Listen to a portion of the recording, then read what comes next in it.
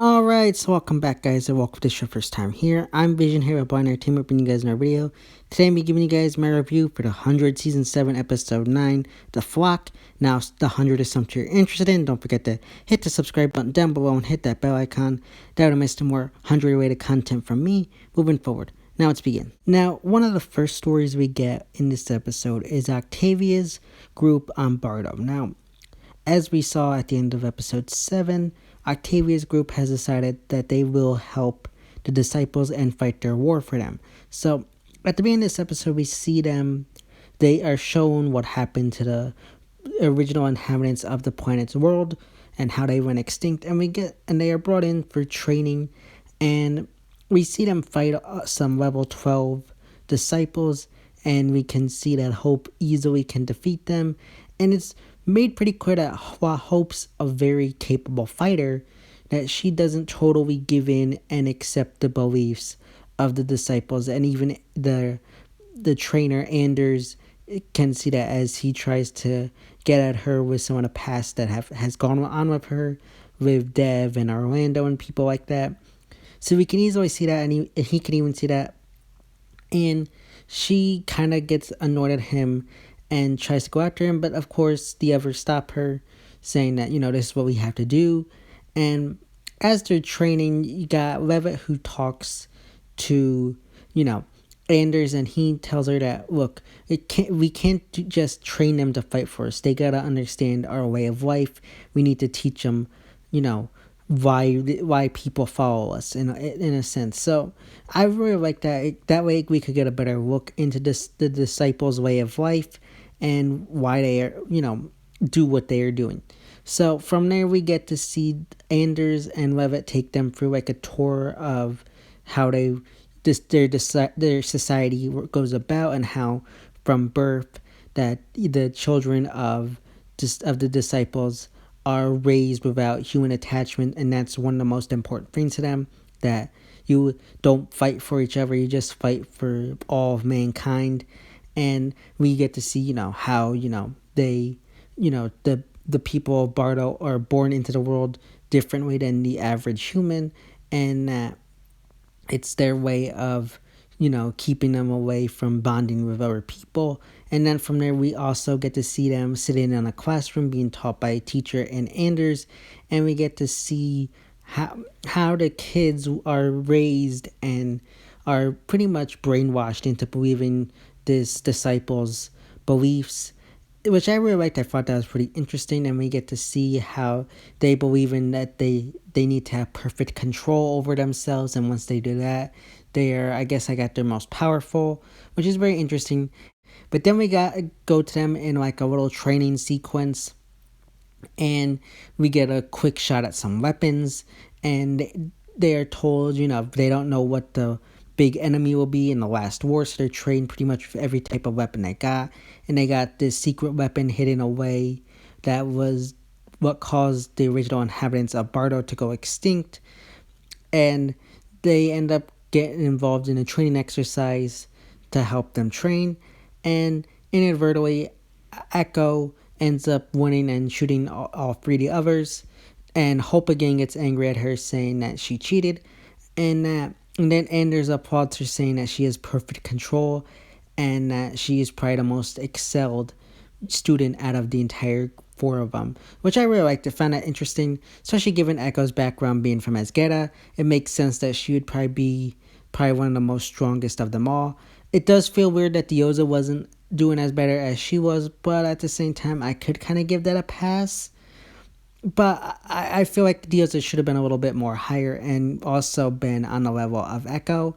But then we got a scene where we got the rest of the group talking with Hope as they realize that she is their weakest link and that she most likely will not fail. So they try to talk to her about how you need to be harder, you need to give in and surrender your feelings for others, which she says is hard for her to do.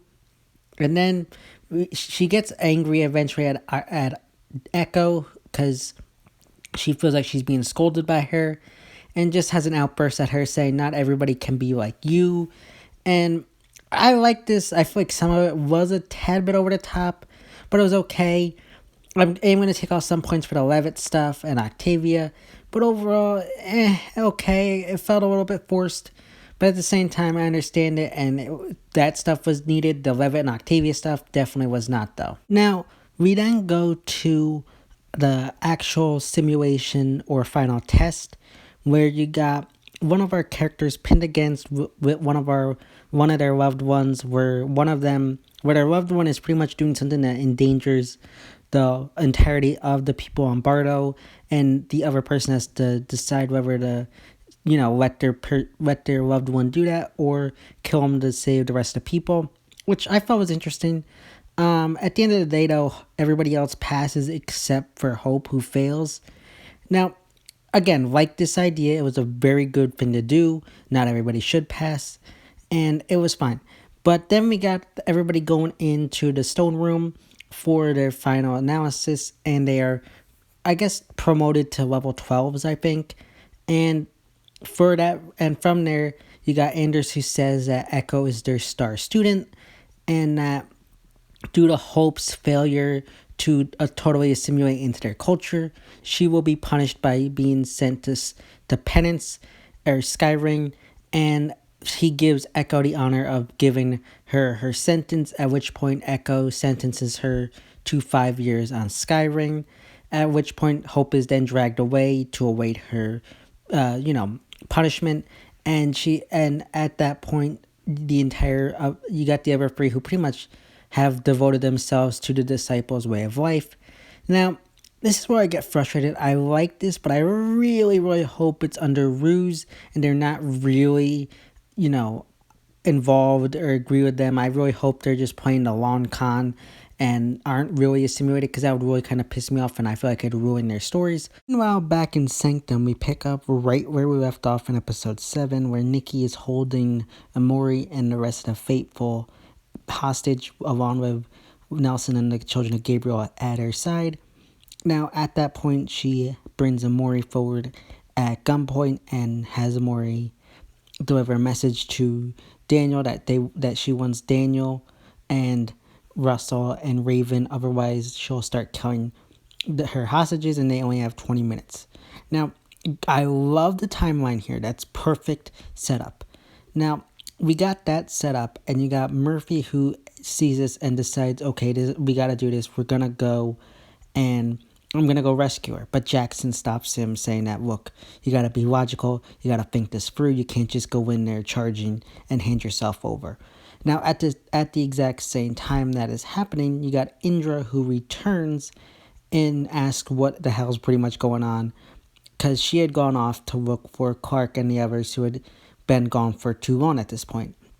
Now, Murphy pretty much fills her in on what has happened and how they want Russell. Now, both of them are against it, that the idea that to let Russell go as it is sheiheda, and it's probably a ruse, and it's exactly what he wants to happen. So this is very, very interesting. I love this very much, and they try to figure out a way around this, they both decide, okay, we gotta do this. We gotta, let sheiheda go in order to get this whole thing sorted out. Now, they go to visit him in his jail cell. And now I really, again, love everything that goes on here. And I love the mind games he plays. He does a lot of mind games, and Indra, again, threatening to kill him if he doesn't comply. And I like how he talks about how, you were my enemy, but now you need my help. Really, really great stuff. And he eventually does decide to help them. And I really love this stuff.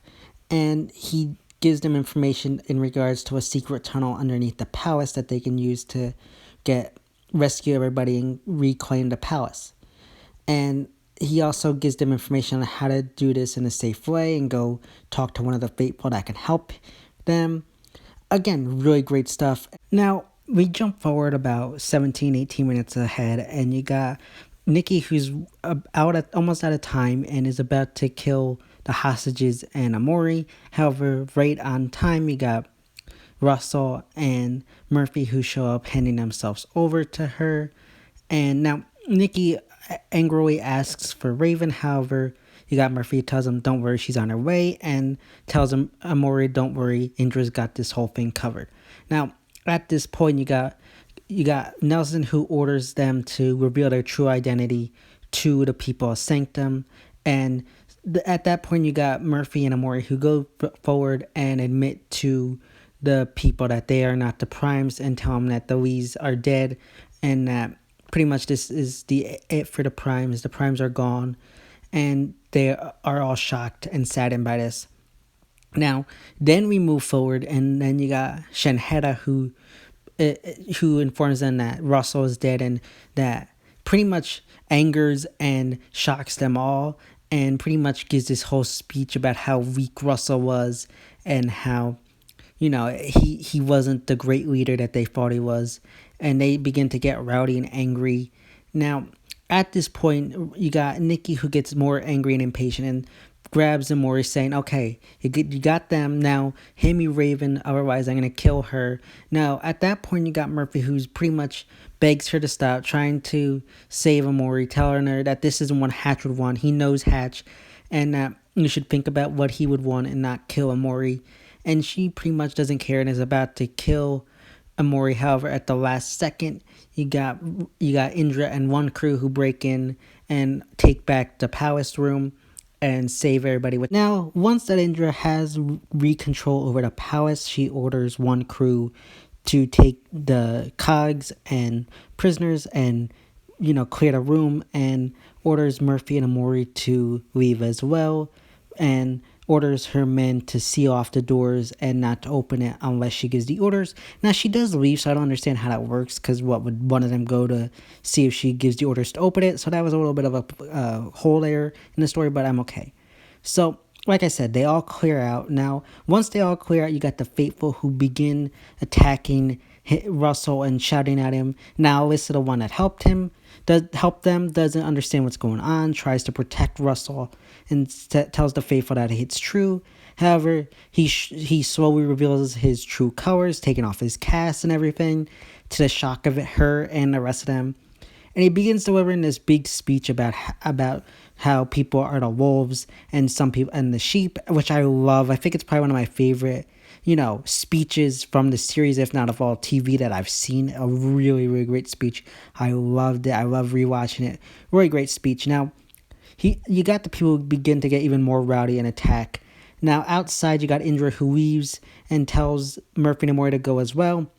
However, before they do leave, you got Murphy, who realizes something's not right and realizes that sheiheda is killing them and not the other way around, like Indra had planned.